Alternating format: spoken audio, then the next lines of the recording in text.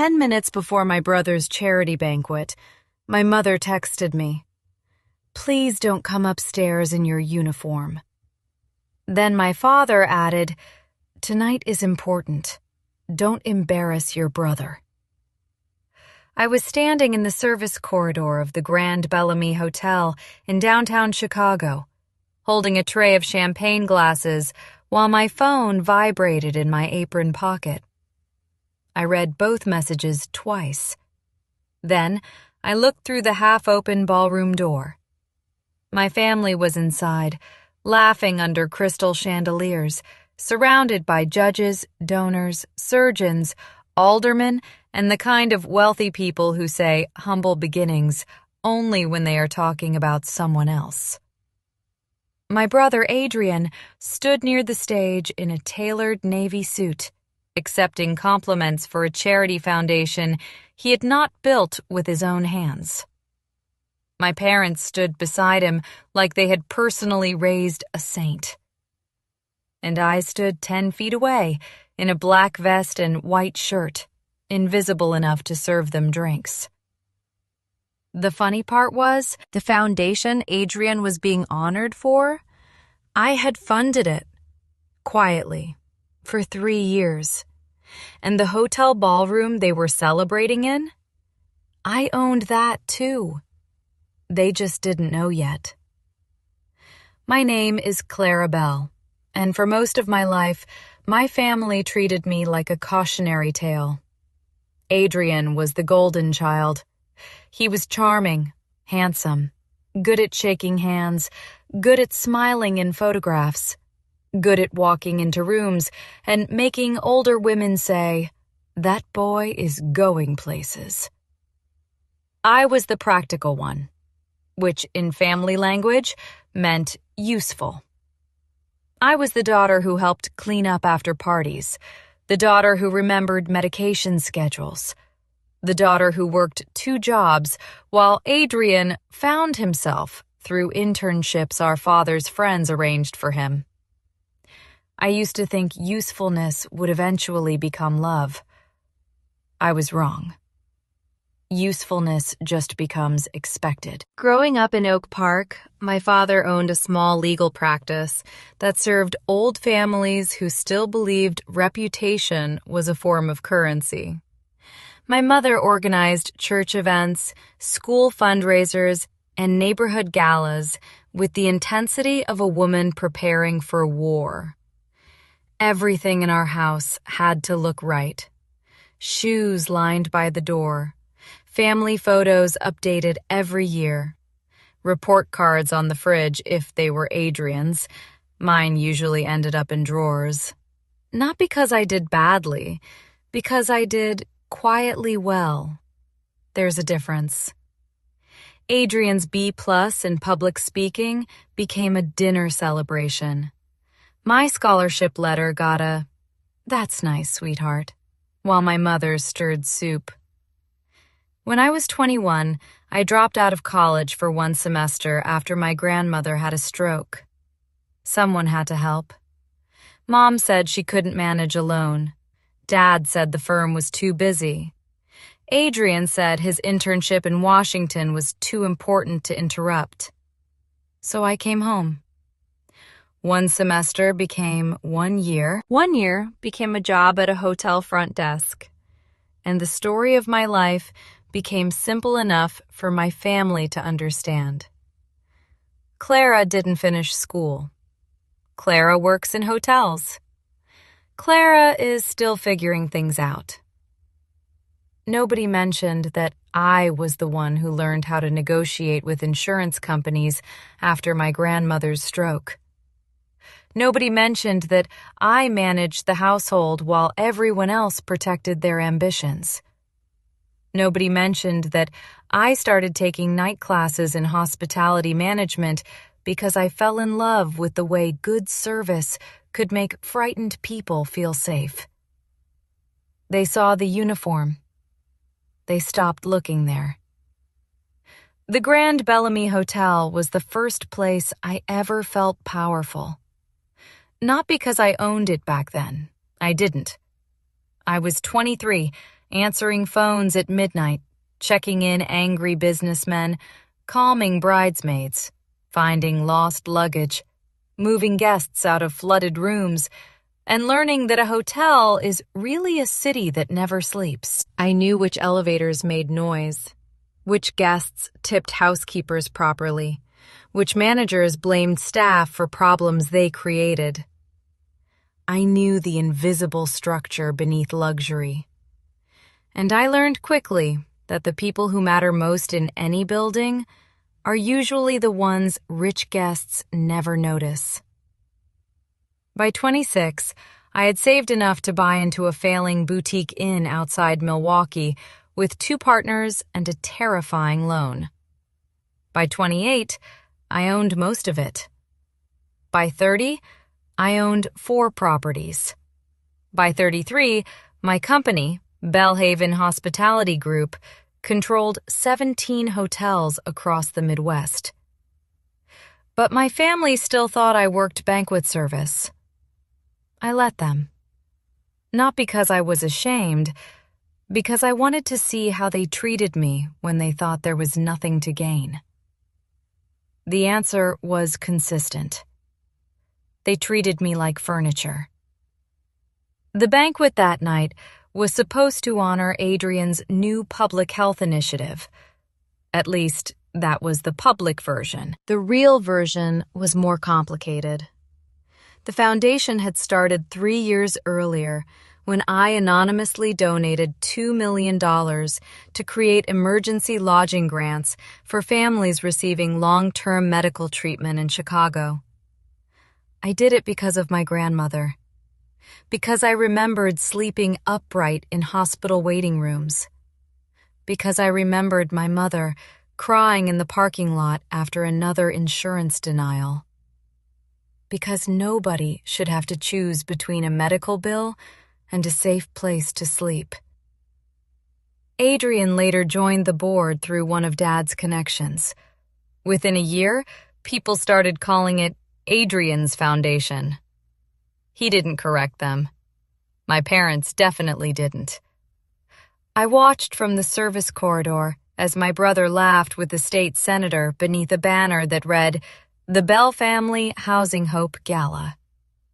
That name had been my father's suggestion. The Bell family. Not Bellhaven. Not Clara. Family. Funny how people include you in a legacy only when your name can be useful.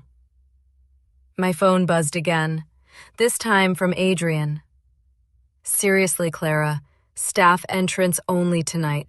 Dad is stressed." I stared at the message for a long time. Then I looked down at my uniform. Black vest, white shirt, name tag. Clara. No title, no company logo, no reason for anyone to assume I was anything other than a waitress working a private event. The banquet manager, Luis, appeared beside me. He had worked at the Grand Bellamy for 14 years, long before Bellhaven acquired it. He knew who I was. More importantly, he had known me when I was nobody. "Do you want me to remove them from the program?" he asked quietly. I smiled. "No." Luis looked toward the ballroom. "They're using your donation history in Adrian's intro." "I know." His jaw tightened. "That's disgusting." "It's educational." He looked at me carefully. "You sure?" I picked up the champagne tray.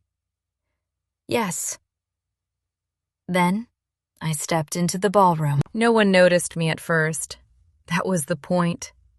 I moved between tables, offering champagne to donors who nodded without looking at my face. I served a woman wearing diamond earrings large enough to solve 3 families' rent problems. I refilled water for a hospital executive who complained that his steak was too pink, even though dinner had not started. Then I reached my parents' table. My mother saw the tray before she saw me. "Thank you," she said automatically. Then she looked up. Her smile froze. "Clara." My father turned. His expression moved through surprise, irritation, and embarrassment so quickly it almost impressed me. "What are you doing?" he whispered. "Working," I said. Adrian, seated between two board members, gave me the kind of smile that meant he wanted me to disappear without making him look cruel. "Clara, come on." My mother leaned closer. "I told you, not in the ballroom." I tilted the champagne tray slightly toward her. "Would you like a glass?" Her face flushed. A donor at the table looked between us. "Oh," he said pleasantly. "You know the staff?" My mother opened her mouth, stopped, because the truth was inconvenient. My father answered instead. "She's our daughter." The donor blinked, then smiled politely. "How nice." My father looked like the words had physically hurt him. Adrian laughed under his breath and said, "Clara works in hospitality," as if he were explaining a mild illness. One of the board members smiled with fake warmth. "Wonderful. Essential work." Essential. The word wealthy people use when they mean necessary but not equal. I looked at Adrian. "Congratulations on tonight." His smile sharpened. "Thank you. I heard the foundation has done incredible work." His eyes flickered. "It has. Must feel good being recognized for it." A tiny pause, barely visible, but I saw it. Adrian had always hated being reminded that praise was not the same thing as truth. My mother said quickly, "Clara, you should get back to your duties." I nodded. "Of course." Then I moved to the next table. For the next hour I served them, every glass, every plate, every polite refill. And with every pass, I heard more. My father telling someone Adrian had always had a heart for service. My mother saying the foundation was Adrian's life's work. Adrian modestly accepting praise for building something meaningful. I almost laughed when he said that. Building. People love that word. They rarely ask who poured the concrete. At 8:40 p.m., the speeches began. Adrian walked onto the stage to applause. He looked perfect under the warm spotlight. Expensive suit, clean shave, calm confidence. Behind him, a slideshow played photographs of families the foundation had helped. Families I had read about in reports at 2 a.m. Families whose grant approvals I had personally expanded when the board wanted limits. Families Adrian had met mostly for cameras. He stepped to the microphone. "Tonight is about compassion," he began. My grip tightened around the tray. "It's about remembering that success means nothing unless we use it to lift others." Luis, standing near the back wall, made a small, choking sound. I avoided looking at him because I might have laughed. Adrian continued. "My parents taught me early that legacy is responsibility." There it was, the family myth. The Bell family did not build legacy through responsibility. They built image through control. Still, the room applauded. My father dabbed at his eyes. My mother pressed one hand to her heart. Then Adrian said, "And none of this would be possible without the generous support of our anonymous founding donor, who believed in this mission from the very beginning." The room applauded again. My face stayed still. Anonymous, founding, donor. 3 words that could have changed everything if he had said my name. He didn't. Of course he didn't. Then the hotel's event screen flickered. Once. Twice. The slideshow stopped. A murmur moved through the ballroom. Adrian turned slightly, confused. The Bell Family Housing Hope logo disappeared. In its place appeared the grand Bellamy crest. Then another logo beneath it. Bellhaven Hospitality Group. My mother frowned. My father sat up straighter. Adrian looked toward the AV booth, irritated. Then a pre-recorded video began. Not by mistake, by schedule. I knew because I had approved it. My own face appeared on the screen. Not in uniform, not tired, not invisible. I was standing in the Bellhaven headquarters, overlooking the Chicago River, wearing a dark green suit and the expression I used when investors tried to underestimate me. "Good evening," Screen Me said. "I'm Clara Bell, founder and CEO of Bellhaven Hospitality Group, owner of the Grand Bellamy Hotel, and founding donor of the Housing Hope Initiative." The ballroom went completely silent. I watched my family stop breathing. My mother's hand rose slowly to her mouth. My father stared at the screen as if reality had committed a personal offense. Adrian turned from the screen to the room, then to the back wall, searching for me. I was standing beside table 12, holding champagne. Still in uniform, still calm. Screen Me continued. 3 years ago, this initiative began with one simple belief. Families facing medical crises deserve dignity, shelter, and rest. Since then, Housing Hope has provided more than 18,000 nights of lodging to families across Illinois. People began turning in their seats, looking for me, finding me.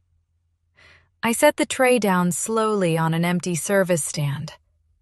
The video ended with one final line. "To every staff member, volunteer, nurse, driver, housekeeper, and donor who made this possible, thank you. Good work is rarely invisible forever." The screen faded to black. Then the ballroom erupted. Not in applause at first, in whispers, confusion, shock, recognition. Adrian stood frozen on the stage, his microphone still live. My father whispered loud enough for half the table to hear, "She owns this hotel?" Luis appeared beside me. "Ms. Bell," he said loudly enough for nearby guests to hear, "the board is ready for you."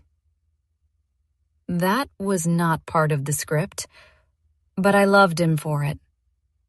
I walked toward the stage. Every step felt strangely quiet, even though the room was full of noise.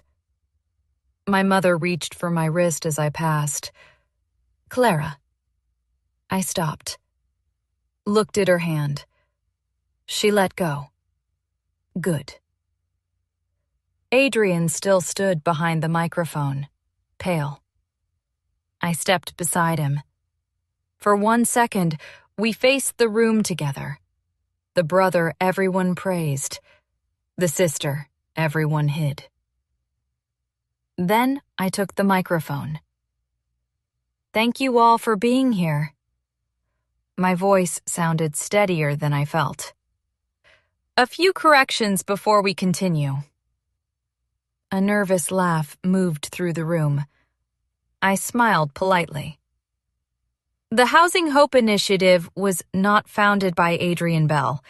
He joined the board later. The original funding, property partnerships, and lodging network were created through Bellhaven Hospitality Group.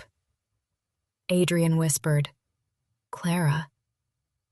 I turned to him. "Don't worry, I'm not here to embarrass you." Then I looked back at the room. "I'm here to tell the truth. There's a difference." My father lowered his head. My mother started crying. But I was not done. For years, people in my own family treated hospitality work like something small, something beneath them.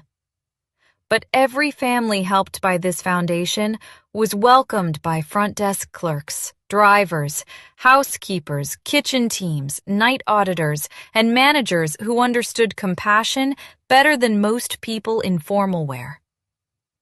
Somewhere in the back, a staff member began clapping. Then another. Then guests joined. Slowly at first. Then louder. Adrian stepped away from the microphone as if the stage itself had burned him. I looked at him once. I expected anger. Instead, I saw shame. Real shame. That surprised me. The rest of the evening became a blur. Donors approached me, reporters asked questions, board members apologized with the panic of people recalculating power. My father tried to speak to me 3 times. I avoided him twice. The third time, near the hallway outside the ballroom, I finally stopped. He looked smaller. I had never seen him that way before. "Clara," he said.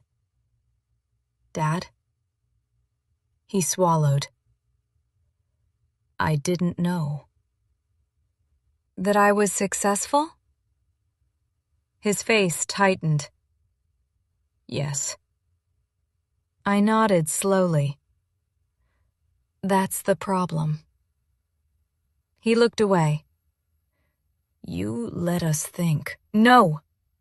I cut him off. "I let you treat me the way you believed I deserved to be treated." That landed. Hard. My mother appeared beside him, mascara smudged under one eye. "We're sorry." I looked at her. "For what?" She opened her mouth. Nothing came out. Exactly. People love saying sorry before they understand what they did. Adrian approached last. His bow tie was loosened. His face looked wrecked. For the first time all night, he didn't look polished. He looked like my brother. "I should have said your name," he said quietly. "Yes." I told myself anonymous meant you wanted privacy. I laughed once. "Did you believe that?" He closed his eyes. "No." It was the first honest answer of the night. "Why didn't you?" I asked. He stared at the carpet. "Because for once people were looking at me like I mattered." There it was. The root. Not evil. Not strategy. Need. Adrian had spent his whole life being admired and was still starving for proof. My anger softened, but only slightly. "You mattered without stealing credit." He nodded. "I know that now." "No," I said. "You understand it now. Knowing comes later, if you change." The next morning, Bellhaven released a formal correction, naming the full founding history of Housing Hope. Adrian resigned as board chair, not because I demanded it, because several board members did. My father called it unnecessarily harsh. I told him consequences often feel harsh to people who've rarely had them. The story spread faster than I expected. Local news first, then national outlets. Hotel CEO revealed as anonymous donor at charity gala. Founder serves champagne before exposing family's lie. That headline was my least favorite. But Luis loved it. A week later, Adrian came to my office. Alone. No parents, no excuses. He placed a folder on my desk. Inside were every speech, interview, and donor document where he had been credited as founder. I marked all of them, he said. I'll issue corrections. I looked through the pages. He had done the work. That mattered. Not enough, but something. What do you want? I asked. He shook his head. Nothing. I looked up. He met my eyes. I wanted to say I'm ashamed. Not because people know. Because I didn't feel ashamed earlier. That was the first time I believed him. Not fully, but enough to keep listening. Our parents took longer. My mother sent flowers. I returned them. My father sent a long email explaining how proud he was. I didn't answer. Pride after proof is not the same as faith. Eventually, months later, my parents asked to meet at one of Belhaven's smallest properties. Not the Grand Bellamy, not the flagship. A 30-room recovery residence near Northwestern Memorial Hospital, where families stayed during long treatment cycles. I agreed. When they arrived, I gave them volunteer badges. My father looked confused. I thought we were talking. We are, I said. After you finish the evening meal service. He stared at the badge. My mother's eyes filled with tears. This is punishment? No, I said. This is context. For 3 hours, they served soup, carried trays, wiped tables, refilled coffee, and listened to families talk about chemo schedules, surgeries, bills, fear, exhaustion, hope. My mother cried in the pantry after a little boy asked if he could take extra bread to his dad at the hospital. My father got quiet after helping an elderly man carry a duffel bag up the stairs because the elevator was temporarily down. When the shift ended, we sat in the staff kitchen. No chandeliers, no donors, no speeches. Just fluorescent lights and leftover coffee. My father stared at his hands. I thought service meant serving people above you, he said. I waited. He swallowed. I was wrong. My mother wiped her face. I was ashamed of the wrong things. That sentence stayed with me. Not because it fixed everything. It didn't. But because it sounded like the beginning of truth. A year later, Housing Hope had expanded into 6 states. Adrian worked for it again. Not as chair, not as face, as volunteer coordinator. He earned that role slowly, under people who did not care who his father was. My parents still struggled sometimes. Old habits don't vanish because guilt arrives. My mother still almost introduced me once as our daughter who runs hotels, with that old softness around the word hotels, then corrected herself. Our daughter Clara, who built Belhaven. That correction mattered more than the sentence. My father came to a staff appreciation dinner and, for once, did not sit at the head table. He sat with Luis. He asked questions. He listened. People can change. But change is not a speech. It is repeated behavior after applause ends. As for me, I kept the old name tag. Clara. No title, no company logo. It sits framed in my office now, beneath a photograph of the grand Bellamy ballroom taken the night everything changed. People sometimes ask why I keep it. I tell them the truth. Because before my family knew my title, that name tag showed me who they were. And after they knew my title, it reminded me who I never needed to become. I never needed to become impressive enough to deserve respect. I deserved it when I was holding the tray. I deserved it when I was invisible. I deserved it before the screen showed my face. And if there is one thing I learned that night, it is this. Revenge is not always about destroying people. Sometimes revenge is letting the truth stand under bright lights long enough for everyone to see who was really small.